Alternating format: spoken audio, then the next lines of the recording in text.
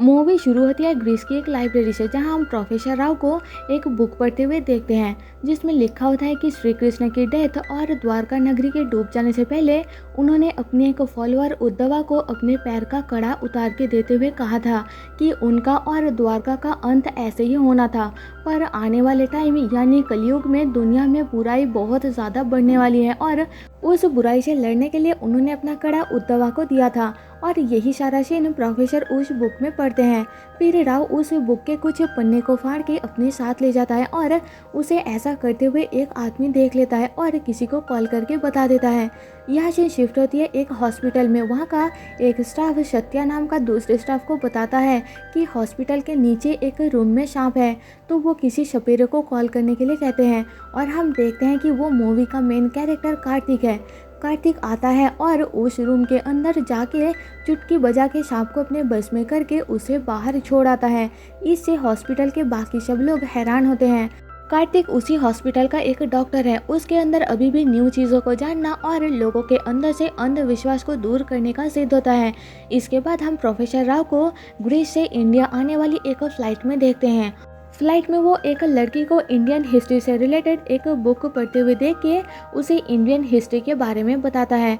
India पहुंच के राव उस लड़की को बाय बोल के चला जाता है और उसके वहां से जाने के बाद वो लड़की अपनी बॉस डॉक्टर शांतनु को कॉल करके बताती है कि राव एविडेंस लेकर इंडिया पहुंच चुका है। यह एविडेंस मतलब उसी बुक के पेज जिसे राव ने लाइब्रेरी से चुराया था और डॉक्टर शांतनु को भी वो चाहिए होता है, इसलिए वो राव पे नज़र रख रहे होते हैं। इसके बाद हम एक पुजारी को मंदिर से गहने चुरा के भागते हुए देखते हैं।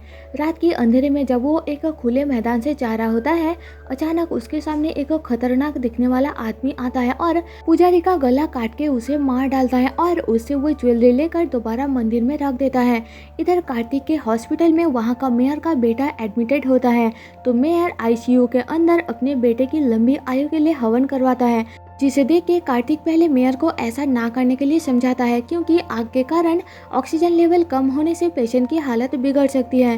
पर मेयर नहीं सुनता तो कार्तिक गुस्सा होकर उसे एक थप्पड़ लगाता है, जिस कारण कार्तिक को 2 हफ्ते के लिए सस्पेंड कर दिया जाता है। इसके बाद हम कुछ लोगों को एक वायरस को टेस्ट करते हुए देखते हैं। फिर वो अपनी बॉस डॉक्टर शांतनु को बताते हैं कि ये वायरस बहुत डेंजरस है, अगर बाहर फैल गया तो दुनिया में क़यामत आ सकती है। शांतनु उन्हें बताता है कि इससे पहले कि वो वायरस वर्ल्ड हेल्थ ऑर्गेनाइजेशन तक पहुंचे, उन्हें उसका एंटीडोट बनाना पड़ेगा, तब जाकर वो दुनिया में राज कर सकते हैं। मतलब कि शांतनु उस वायरस का एंटीडोट बना के अपने बिजनेस में प्रॉफिट कमाने का प्लान करता है। दूसरी तरफ प्रोफेसर राव अपने कुछ लोगों के साथ एक जगह का मिट्टी खोद के वहाँ से कुछ निकालता है और अपने साथ ले जाता है। उसी टाइम एक काऊ अचानक अजीब तरीके से भागता हुआ जाकर कार्तिक के घर का तुलसी की मंदिर तोड़ देता है। अगले दिन सुबह कार्तिक का फैमिली ये देख के हैरान होते हैं और उसे अपशकुन समझ के एक पंडित को बुलाते हैं। पंडित बताता है कि उनके घर में किसी ने मन्नत मांग के उसे पूरी नहीं की, इसलिए ऐसा हुआ है। तो कार्तिक की माँ बताती है कि 1 साल पहले कार्तिक बहुत बीमार था, इसलिए उन्होंने मन्नत मांगा था कि अगर वो ठीक हो गया तो वो श्री कृष्ण भगवान को 108 केजी मक्खन चढ़ाएंगे, जिसे अब तक उन्होंने पूरा नहीं किया। तो पंडित उन्हें जल्दी द्वारका जाकर मन्नत पूरा करने के लिए कहता है। कार्तिक ये सब नहीं मानता, इसलिए जाने से मना कर देता है। तो उसकी माँ उसे जबरदस्ती अपने साथ द्वारका ले जाती है और वो दोनों वहाँ कार्तिक का मामा सदानंदा के घर रुकते हैं। उस दिन रात को जब कार्तिक घर के बाहर बैठा होता है तो अचानक राव उसके पास आता है। वो बुरी तरह से जख्मी होता है और कार्तिक को उसके नाम से बुला के कुछ बताने की कोशिश करता है, पर कार्तिक उसकी बात ना सुन के हॉस्पिटल ले जाने के लिए गाड़ी बुलाने के लिए जाता है। जब वो वापस आता है तो वो देखता है कि राव वहाँ नहीं होता और सीट के ऊपर कुछ लिखा हुआ होता है। कार्तिक हैरान होता है क्योंकि वो राव को पहचानता नहीं है और राव ने उसे उसके नाम से बुलाया था। अंदर जाके जब वो सदानंदा को ये सब बताता है तो वो बताते हैं कि आजकल द्वारका में लोग गायब हो रहे हैं, इसलिए उसे केयरफुल रहने के लिए कहता है। अब अचानक अगले दिन सुबह कार्तिक की माँ कहीं गायब हो जाती है, तो कार्तिक उन्हें चारों तरफ ढूंढने लगता है कि तभी अचानक पुलिस आकर कार्तिक को उठा के पुलिस स्टेशन ले जाती है और उसे एक वीडियो फुटेज दिखाते हैं जिसमें वो जख्मी राव के साथ उसके घर के बाहर बात कर रहा होता है। उसके बाद का फुटेज किसी ने मिटा दिया होता है। पुलिस कार्तिक से पूछती है कि उसने राव को क्यों मारा और लास्ट टाइम राव ने उसे क्या कहा था। कार्तिक पुलिस को समझाने की कोशिश करता है कि वो इनोसेंट है, वो तो राव को पहचानता भी नहीं है, पर पुलिस उसकी बात नहीं सुनती और उसे सब बताने के लिए 15 मिनट का टाइम देती है। फिर अगर नहीं बोला तो जेल में डालने का धमकी देते हैं। इतने में वहाँ एक लड़की आती है और कार्तिक के हाथ में एक चिट्ठी देकर चली जाती है, जिसमें वो कार्तिक को खिड़की से कूद के भागने के लिए कहती है। कार्तिक ऐसा ही करता है और पुलिस उसके पीछे होती है। बाहर वो लड़की एक ट्रक लेकर खड़ी होती है और कार्तिक को पुलिस से बचाकर ले जाती है। उस लड़की का नाम मुग्धा है और वो प्रोफेसर राव की पोती है। मुग्धा कार्तिक को बताती है कि उसे पता है उसने उसके दादाजी को नहीं मारा और उससे पूछती है कि क्या उन्होंने मरने से पहले कार्तिक को कुछ बताया था। कार्तिक मना कर देता है। तभी अचानक वही आदमी जिसे हमने एक बार मंदिर से गहने चुरा के भागते टाइम पुजारी को मारते हुए देखा था, वो कार्तिक पे हमला कर देता है। पर जैसे ही वो अपने सामने से भगवान श्री कृष्ण की मूर्ति को जाता हुआ देखता है तो शांत हो जाता है और मौके का फायदा उठा के ये दोनों उससे बच के भागते हैं। फिर कार्तिक और मुग्धा सदानंद से मिलते हैं और उन्हें सब बताते हैं। कार्तिक की माँ के बारे में अभी भी कुछ पता नहीं चल रहा होता। सदानंद को जब पता चलता है कि वो आदमी कृष्ण भगवान की मूर्ति देख के शांत हो गया था तो वो कार्तिक को एक पंडित के पास ले जाता है। पंडित उन्हें बताता है कि जिसने उन पे हमला किया था वो अबीर है। पुराने जमाने में अबीर लोग श्री कृष्ण के भक्तों को रास्ते में रोक के लूटते थे, साथ में वो श्री कृष्ण को मानते भी थे। उन्हें किसी घर या मंदिर में घुसने नहीं दिया जाता था। एक बार उन्होंने मंदिर से भगवान का एक मूर्ति चुरा के अपने इलाके में लगाकर पूजा करना शुरू किया था, पर द्वारका के लोग उन्हें मार मार के उस मूर्ति को वापस ले आए थे। तब से लेकर आज तक अबीर लोगों के सरदार के कहने पर वो लोग उन लोगों को मारते हैं जो भगवान श्री कृष्ण की मूर्ति को छूने की कोशिश करते हैं। और उन्हीं में से एक ने कार्तिक को मारने की कोशिश किया था, पर उसने कार्तिक का पीछा क्यों किया था ये उन्हें समझ नहीं आता। तभी कार्तिक को उसके मामा के घर के पास एक सत्संग की बात याद आता है, तो वो सदानंदा को वहाँ अपनी माँ को ढूंढने के लिए भेजता है, जो कि वही सत्संग में मिल जाती है। मतलब कि वो किडनैप नहीं हुई थी, प्रवचन में गई थी। इधर पुलिस कार्तिक को ढूंढते हुए उसके घर पहुँच जाती है और उसका भाई कॉल करके उसे ये बताता है। इसके बाद कार्तिक अपनी माँ को सेफ रखने के लिए उन्हें दोबारा सत्संग में भेज देता है और जब तक वो बुलाने ना जाए वही रुकने के लिए कहता है। फिर कार्तिक अपना काम शुरू करता है और मुग्धा उसे अपने दादाजी का लास्ट वॉइस मैसेज सुनाती है, जिसमें उन्होंने मुग्धा को कार्तिक को ढूंढने के लिए कहा था। फिर कार्तिक मुग्धा के साथ राव की वर्क प्लेस आता है जहाँ वो अपना काम किया करते थे। वहाँ एक फ़ोटो को हटाते ही उसके अंदर से उन्हें एक लेटर और कुछ पेपर्स मिलते हैं जो कि ग्रीक लैंग्वेज में होती हैं। ये वही बुक के पेजेस होते हैं जिन्हें राव ने लाइब्रेरी से चुराया था। लेटर में राव मुग्धा के लिए लिखते हैं कि उन्होंने अपने देश के लिए एक काम शुरू किया है। उन कागज़ों पर लिखी लैंग्वेज को ट्रांसलेट करने पर उन्हें पता चलता है कि जब श्री कृष्ण ने उद्धवा को अपना कड़ा दिया था तब उन्होंने उस कड़े को एक जगह छुपा दिया था, यह प्लान करके कि जो उसके लायक होगा वो उस तक पहुंच ही जाएगा। इसलिए सदियों से राजा महाराजा उस कड़े को ढूंढ रहे थे, लेकिन कोई उस तक पहुंच नहीं पाए। आखिर में पल्लव वंश के सूर्यवर्मन ने उस कड़े तक पहुंचने का एक सुराग ढूंढ निकाला था, पर उस तक वो पहुंचने का रास्ता ढूंढ नहीं पाए। पर मरने से पहले सूर्यवर्मन ने एक ग्रीक ट्रैवलर टॉर्मी को बताया था कि वह सबूत एक मोर की मूर्ति है जिसका बेस एक स्तूप टाइप का है। टॉर्मी की उसी बुक की मदद से राव उस मूर्ति तक पहुंच गया था और इंडिया में उस मूर्ति को छुपा दिया था। फिर कार्तिक सोचता है कि जैसे प्रोफेसर राव ने पेपर्स के थ्रू उन्हें ये सब बताया है, उसी तरह उन्होंने मूर्ति छुपाए जाने वाली जगह का भी कोई हिंट दिया होगा। राव के रूम में स्क्रिप्चर के बीच कृष्णा तालाब की पेंटिंग देख के कार्तिक मूर्ति के कृष्णा तालाब के पास होने का अंदाजा लगाता है और वहाँ जाने की तैयारी करता है। इधर शांतनु प्रोफेसर राव, जो कि अभी भी जिंदा होता है और शांतनु ने उन्हें किडनैप किया होता है, उन्हें मूर्ति के बारे में पूछता है, पर राव उसे कुछ नहीं बताता और कहता है कि उस मूर्ति तक पहुंचने के लिए तुम्हें अपनी जान तक गंवानी पड़ सकती है। इधर कार्तिक, मुग्धा और सदानंदा मूर्ति ढूंढने के लिए कृष्णा तालाब पहुंचते हैं, तो उस मूर्ति को ढूंढने के लिए कार्तिक तालाब में छलांग लगा देता है और उस मूर्ति को निकाल लाता है। शांतनु प्रोफेसर को टॉर्चर करके मार देता है और उसके गुंडे मूर्ति हासिल करने के लिए कार्तिक के पास आते हैं।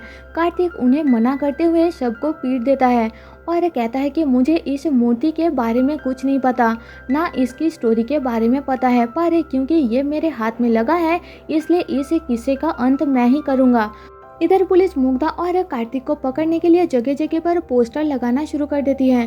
फिर हम मुग्धा, कार्तिक और सदानंदा को एक ढाबे में देखते हैं। मुग्धा कहती है कि ये मूर्ति एक ऐसा मेटल का बना हुआ है जो अलग अलग टेम्परेचर में रंग बदलता है। तो कार्तिक उस मूर्ति पर गर्म पानी डालता है जिससे वो मूर्ति ग्रे से गोल्डन कलर हो जाती है। उस मूर्ति को ध्यान से ऑब्जर्व करने पर मुग्धा देखती है कि उस पर लिखा है कि वो जो ढूंढ रहे हैं वो उन्हें उस पर्वत के पास मिलेगा जिसे श्री कृष्ण ने छुआ है, यानी मथुरा का गोवर्धन पर्वत। फिर वो लोग वहाँ जाने के लिए ढाबे पर मौजूद सुलेमान को मिलते हैं और उसे उन्हें सीक्रेटली मथुरा ले जाने के लिए कहते हैं क्योंकि पुलिस उनका पीछा कर रही होती है। सुलेमान पहले मना करता है पर फिर मान जाता है और उन्हें मथुरा ले जाता है। रास्ते में मुग्धा और कार्तिक के बीच अच्छी दोस्ती हो जाती है। इधर वही अबीर उन तीनों का पीछा करते हुए ढाबे तक पहुँच जाता है। कार्तिक, मुग्धा और सदानंदा गोवर्धन पर्वत पर चढ़ के तलाश करते हैं पर उन्हें कुछ नहीं मिलता। इधर मथुरा का लोकल आदमी न्यूज़पेपर में मुग्धा और कार्तिक की फोटो देख के सुलेमान को पकड़ लेता है, जिस कारण वो तीनों भी खुद को उन लोकल लोगों के हवाले कर देते हैं। उन चारों को एक तांत्रिक के पास ले जाया जाता है जो उन्हें एक रूम में बंद कर देता है। वो तांत्रिक उस लोकल पर्सन की बहन कोमली के अंदर से चुड़ैल निकालने के लिए उसे एक चारपाई से बांधकर पीट रहा होता है। कार्तिक रूम की विंडो तोड़कर सबको बाहर निकालता है पर भागते टाइम कार्तिक कोमली को पीटता हुआ देख के तांत्रिक को मारता है और कोमली को कन्फ्रंट करता है। वो सबको बताता है कि लास्ट ईयर उसकी बहन की पानी में डूबने के कारण मौत हो गई थी और उसी सीन को वो याद करके रोती रहती है। पर गांव के लोगों ने उसके इस दुख को चुड़ैल का नाम दे दिया। ये सब सुनकर उस लोकल आदमी को अपनी गलती का एहसास होता है। फिर वो आदमी उनसे पूछता है कि वो लोग वहाँ क्या ढूंढ रहे हैं। तो कार्तिक कहता है कि हमें खुद नहीं पता हम क्या ढूंढ रहे हैं।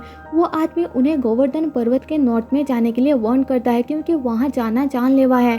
मना करने के बाद भी कार्तिक, मुग्धा और सदानंदा पर्वत के नॉर्थ में जाते हैं तो उन्हें मोर की मूर्ति का बेस एक पहाड़ पर बना मिलता है। वो लोग उस मूर्ति को बेस के साथ अटैच करके घुमाते हैं तो एक गुफा खुलती है। उस गुफा में से चंदन की खुशबू आ रही होती है। गुफा में अंधेरा होते हुए भी वहाँ एक हरे पत्ते को देख के तीनों हैरान होते हैं। तभी कार्तिक को एक बाबा की याद आती है और वो जोर जोर से एक मंत्र पढ़ता है जिसके बोलते ही उस गुफा में चारों ओर से सूर्य की रोशनी आ जाती है। वो लोग गुफा में आगे बढ़ते हैं तो उन्हें एक टेलीस्कोप मिलता है जिसे लेकर वो लोग वहाँ से चल पड़ते हैं। रास्ते में मुग्धा कार्तिक से टेलीस्कोप मांगती है तो कार्तिक मना कर देता है। फिर वो सब सो जाते हैं। अगले दिन सुबह होते ही मुग्धा और टेलीस्कोप दोनों गायब होते हैं तो सब सोचते हैं कि मुग्धा उन्हें धोखा देकर भाग गई है। इधर शांतनु अपने आदमियों के साथ वहां आ जाता है और कार्तिक, सदानंदा और सुलेमान को पकड़ लेते हैं। वो कार्तिक को पेड़ से उल्टा टांग देता है और सुलेमान और सदानंदा को गले तक मिट्टी में दफना के वहां से चला जाता है। लेकिन तभी वहाँ मुग्धा आती है और उन तीनों को बचाती है। असल में मुग्धा उस टेलीस्कोप को शांतनु के लोगों से बचाने के लिए कुछ लोगों से मिलने गई थी जो उसे बताते हैं कि उनकी मदद ओनली धन्वंतरी कर सकते हैं। तो वो सब धन्वंतरी के पास जाने के लिए निकल पड़ते हैं। मुग्धा और कार्तिक एक दूसरे की तरफ अट्रैक्ट होने लगते हैं। फिर वो तीनों धन्वंतरी के पास पहुंचते हैं जो कि अंधा होता है। धन्वंतरी बिना देखे ही मुग्धा और कार्तिक को पहचान लेता है।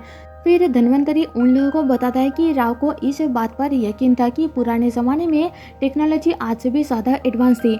उनके इस थॉट को ध्यान में रखते हुए रिसर्च के लिए एक सोसाइटी बनाई गई थी पर उस सोसाइटी के सारे हेड इंक्लूडिंग शांतनु इस रिसर्च से पैसे कमाना चाहते थे। ओनली राव ही देश की भलाई के लिए उसे यूज़ करना चाहता था। इसी रास्ते पर चलते हुए राव सोसाइटी से छुपकर भगवान के कार्य का फर्स्ट क्लू को हासिल कर लिया था और लोगों को आने वाले एपिडेमिक से बचाना चाहता था। पर उनके इस मोटिव के कारण उनकी जान को खतरा था और जब उन्हें यह खतरा बढ़ता हुआ दिखा तो उन्हें कार्तिक नजर आया जो उन्हें अपने इस काम के लिए बिल्कुल कैपेबल लगा क्योंकि वो भी देश की भलाई के बारे में सोचता था। कार्तिक धन्वंतरी की बातें सुनकर उस पर गुस्सा हो जाता है और कहता है कि एक साइंटिस्ट होते हुए भी आप इन पुरानी बातों पर कैसे यकीन कर सकते हो। तो धन्वंतरी कहता है कि श्री कृष्ण को भगवान मानने वाले हम ही हैं। हमें यह नहीं बोलना चाहिए कि उन्होंने हमारी तरह धरती पर जन्म लिया था और उनकी नॉलेज अनमैचेबल थी। श्री कृष्ण की महानता बताते हुए धन्वंतरी कहता है कि एज ए गुरु उन्होंने लोगों को गीता के थ्रू जीने का रास्ता दिखाया। एज एन एक्सपर्ट आर्किटेक्ट उन्होंने समुद्र के बीच द्वारका नगरी बसाई। उन्होंने लोगों की आंखों से उनके मन की बातें समझी।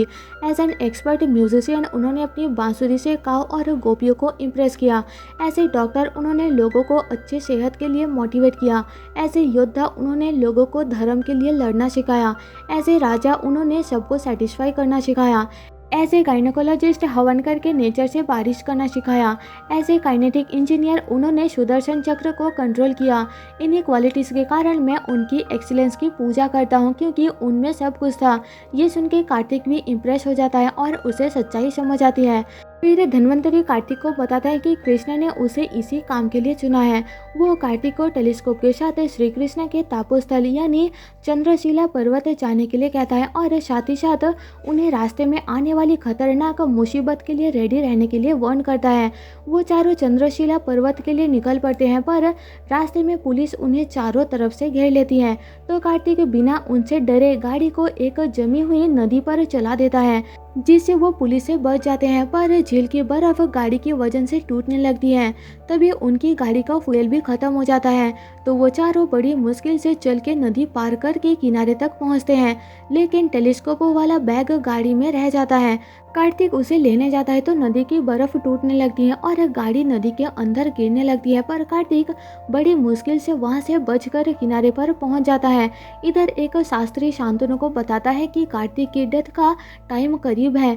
फिर शांतनु के आदमी कार्तिक के पास पहुंच जाते हैं और उसे गन पॉइंट पर लेकर उससे वो टेलीस्कोप मांगते हैं, जिसके लिए पहले कार्तिक मना कर देता है, पर मुग्धा के फोर्स करने पर टेलीस्कोप उन्हें दे देता है। पर फिर भी शांतनु के आदमी कार्तिक पर गोली चलाने लगते हैं। तभी वो अबीर शांतनु के आदमी को मार देता है, जिस कारण टेलीस्कोप वाला बैग उस आदमी के हाथ से निकल के सदानंद के हाथ में चला जाता है। पर हवा में 3 पक्षियों को देखकर वही रुक जाता है। तो सदानंद बताता है कि कृष्ण पक्ष का टाइम शुरू हो गया है, इसलिए आने वाले 24 घंटे अबीर लोग वायलेंस बिल्कुल नहीं करते और इसलिए अबीर उसे मारते मारते रुक गया है। फिर वो चारों मिलके आगे बढ़ते हैं तो अबीर भी उनको फॉलो करता है और उनके साथ चलने लगता है। कार्तिक समझ जाता है कि आने वाले 24 घंटे तक अबीर को अपने साथ ही रखना होगा। आगे बढ़ते हुए उनकी तबीयत खराब होने लगती है तो कार्तिक उन सबको वहां छोड़कर खुद अकेला टेलीस्कोप लेकर आगे बढ़ता है। पर्वत के टॉप पर पहुंचकर कार्तिक जब टेलीस्कोप से आसमान में देखता है तो उसे आगे जाने का रास्ता आसमान में दिखाई देता है। फिर कार्तिक बाकी लोगों के पास पहुंचता है, पर अबीर वहां से गायब होता है। वो लोग आसमान से ऑब्जर्व किए रास्ते को फॉलो करते हुए एक गुफा में पहुंचते हैं, जहां कृष्ण का मंदिर होता है, पर कृष्ण की मूर्ति के हाथ में बांसुरी नहीं होता। तभी वहां अबीर लोगों की पूरी सेना आ जाती है। कार्तिक उन्हें समझाने की कोशिश करता है, पर कृष्ण पक्ष खत्म होते ही उनसे टेलीस्कोप और मोर लेकर अबीर उन लोगों को मारना स्टार्ट कर देते हैं। अबीर उन चारों को मारने ही वाले होते हैं कि तभी कार्तिक जल्दी से एक अबीर के हाथ से टेलीस्कोप और मोर को छीनकर उन दोनों को जोड़कर एक बांसुरी बना के कृष्ण की मूर्ति में लगा देता है, जिससे कृष्ण की मूर्ति घूमती है और एक खुफिया रास्ता खुलता है। जब वो सारे अबीर उसके अंदर जाते हैं तो वो गुफा स्नेक से भरी हुई होती है। अबीर अपने 2 लोगों को अंदर भेजते हैं, पर सांप उन दोनों को मारकर फेंक देते हैं। इसके बाद कार्तिक श्री कृष्ण को याद करते हुए खुद आगे बढ़ता है तो कोई सांप उसके पास नहीं आता और उसे कुछ नहीं कहता। वो इजीली पाथ क्रॉस करके कड़े तक पहुंच जाता है, जिसकी रखवाली एक सांप कर रहा होता है। कार्तिक भगवान को याद करता है तो वो सांप दूर हो जाता है और कार्तिक वो कड़ा उठा लेता है। फिर सीन शिफ्ट होती है और हम देखते हैं कि कड़ा ढूंढने के लिए हर जगह कार्तिक की तारीफ हो रही होती है और सारा न्यूज़ चैनल उसी का न्यूज़ दिखा रहे होते हैं। शांतनु कार्तिक को सोसाइटी ज्वाइन करने का कहता है तो वो मना कर देता है। एक प्रेस कॉन्फ्रेंस में कार्तिक सब लोगों को अपनी हिस्ट्री को ना भूलने की बात करता है तो शांतनु कहता है कि तुम खुद हमारी हिस्ट्री पर विश्वास नहीं करते और हमें ये सब समझा रहे हो। कार्तिक कहता है कि पहले मुझे इन सब पर विश्वास नहीं था, पर अब मुझे समझ आ रहा है कि हमारी हिस्ट्री कितनी रिच और एक्स्ट्रा ऑर्डिनरी है। रामकृष्ण शिव ने इस दुनिया के कल्याण के लिए बहुत से सबूत छोड़े हैं, जिसमें यह कड़ा ओनली स्टार्टिंग है। फिर शांतनु कार्तिक को कहता है कि श्री कृष्ण अरब सागर से अटलांटिक सागर तक फैले हुए हैं, कहाँ तक पहुँच पाओगे तुम। तो कार्तिक शांतनु को अबीर से बचने के लिए कहता है और हम देखते हैं कि अबीर शांतनु को मार देता है और कार्तिक अपने रिसर्च को कंटिन्यू करते हुए फिर अटलांटिक ओशियन की तरफ निकल पड़ता है। फिर हमें कुछ सीन्स दिखाए जाते हैं जिसमें कार्तिक रिसर्च करते हुए एक की ढूंढ लेता है और साथ ही हमें अटलांटिक ओशियन के अंदर स्केलेटन से घिरा हुआ एक दरवाज़ा दिखाया जाता है और मूवी यही खत्म हो जाती है। तो दोस्तों जाने से पहले आपसे एक रिक्वेस्ट है कि एक्सप्लेनेशन पसंद है तो प्लीज़ मुझे सपोर्ट करने के लिए चैनल को सब्सक्राइब और वीडियो को लाइक कर देना, जिससे मेरे चैनल को ग्रो करने में बहुत ज़्यादा मदद हो जाएगी। मिलते हैं आपसे मेरे नेक्स्ट वीडियो में, तब तक के लिए stay safe and bye bye.